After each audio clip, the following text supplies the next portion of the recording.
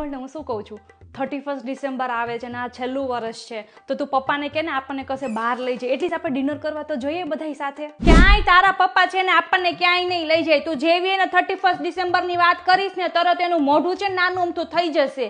તું 31 ડિસેમ્બરની શું વાત કરે છો? હું તને મારી એનિવર્સરીની જ વાત કરું. લેને ગયા વર્ષે અમારી એનિવર્સરી હતી બરોબર, ત્યારે તમે બે ભાઈ બહેન છે ને પ્રવાસમાં ગયા હતા.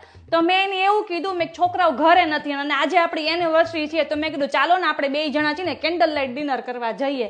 તો એને શું કર્યું તને ખબર છે? માળિયામાં ચડીને દીવો કાઢ્યો, એની અંદર કેરોસીન નાખ્યો ને દીવો જગ્યો ને પછી મને કે ખબર કે જોઈ કે થઈ ગયું કે કેન્ડલ લાઇટ ડિનર.